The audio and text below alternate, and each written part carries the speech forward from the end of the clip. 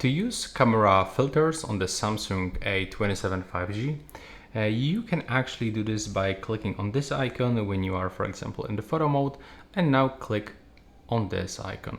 As you can see here, we can find multiple different themes, just filters that when you slide between them, you can see some changes from the color, temperature, brightness, exposure.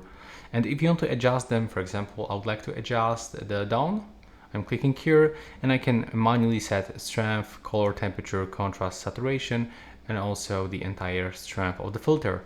I can also reset if I'm gonna make some changes. I can close it and I can quickly get comparison with a view original no filter. You can also download filters by clicking here. You will be redirected for a Galaxy store. You have to be, of course, connected to the mobile data or Wi-Fi. You can download by clicking on this small arrow and then it will be visible in your camera. And what you can also do, you can also create this from a specific picture that you have taken. So if I want to get a filter like this, I'm just selecting my photo and now AI gonna create something like this. There we go. I can even set a name for this filter.